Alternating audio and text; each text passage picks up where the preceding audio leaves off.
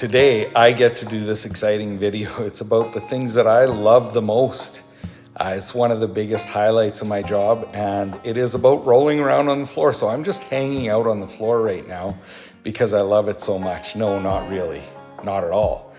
I am going to be moving this car over to the other side where I work on things. The problem is all the hoists are tied up, so I will be doing a video about rolling around on the floor. That's not actually what the video is about. It's about installing air shocks on this vehicle. And it has some tire rub, classic old Mustang. We'll do another video on that, on the car itself. But for today, it's just gonna be a real simple air shock installation video. So people aren't scared of them. It's old school, but it works great to do a little tiny bit of a lift if you need a simple mod done so that the tires aren't rubbing.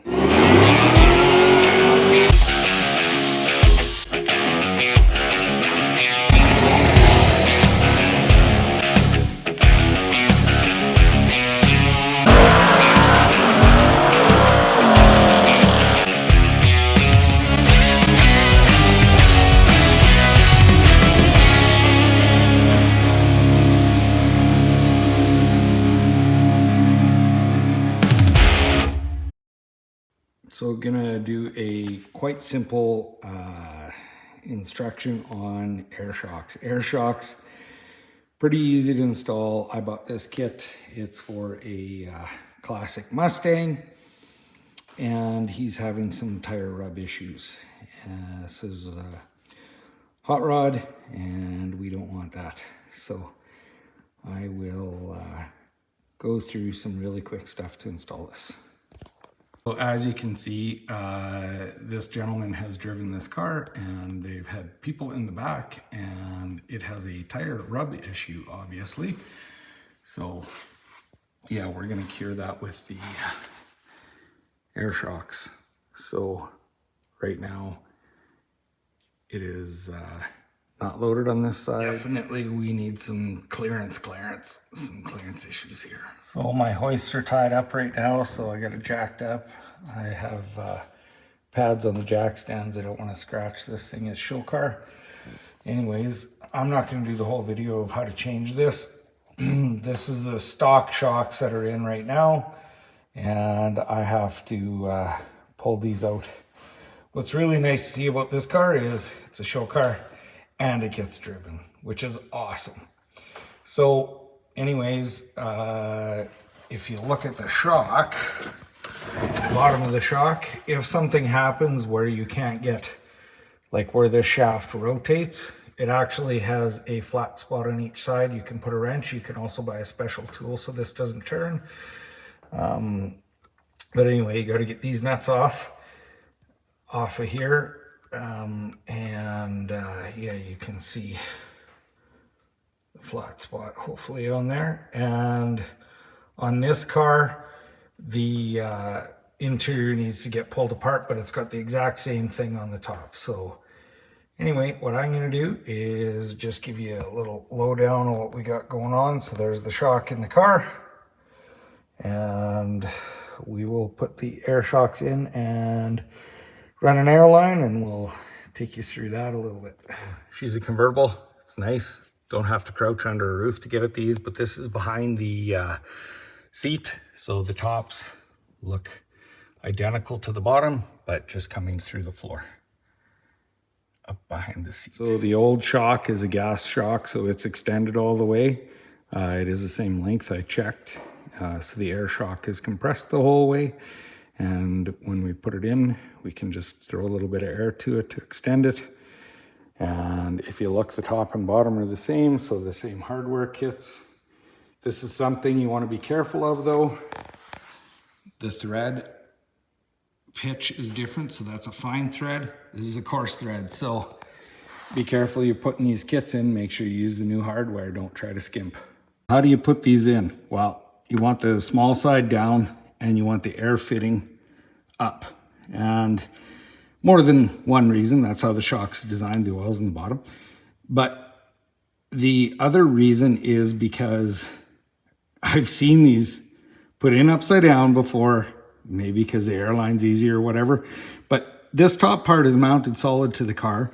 The bottom part is moving up and down all the time. So if you put it in the other way around, then your airline is also moving up and down all the time because the top would not be solid anymore. So anyway, make sure you put it in with that air fitting to the top, on the top part of the shock. This is what I was talking about the shock being shorter in this position to get it into the car. Now, you want to be careful when you do this, but I need to get it into that hole.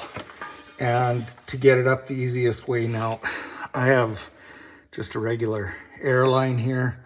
And if you blast this, you're gonna shoot it out like the dickens. You want to take it real easy when you're doing this. You just want to extend it, give it a tiny bit of air.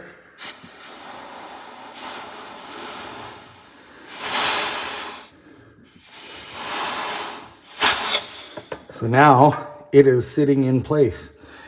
I can get my nuts started on the bottom and I can get them up on the top. Now, the other thing that you got to be careful, this is an aftermarket, everything is aftermarket on this car. And if you look, the proportioning valve is here. There's a ton of clearance in there. There's a ton of clearance for everything, which when you're putting an air shock in, we are worried about clearance issues. And so you want to make sure that you don't run into another clearance issue by installing something that you wanted to solve a problem with. So these kits come with everything that you need.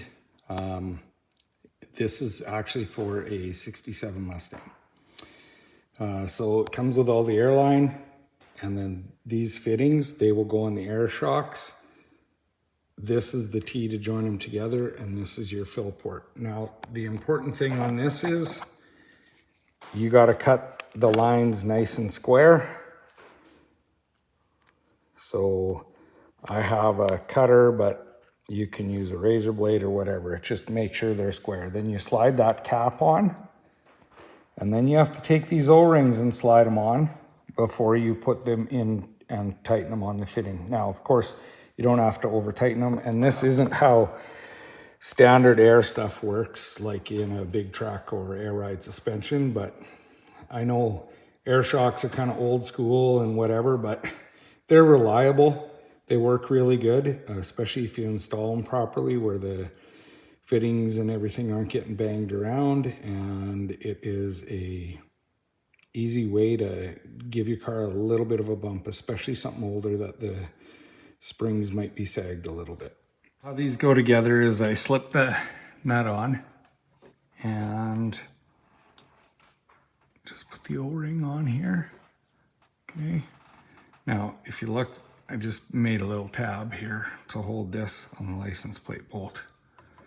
Hold that in, and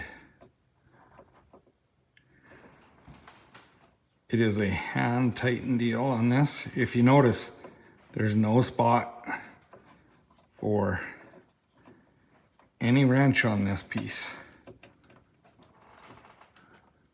Okay. So that isn't plier ridges either. These are hand tight fittings.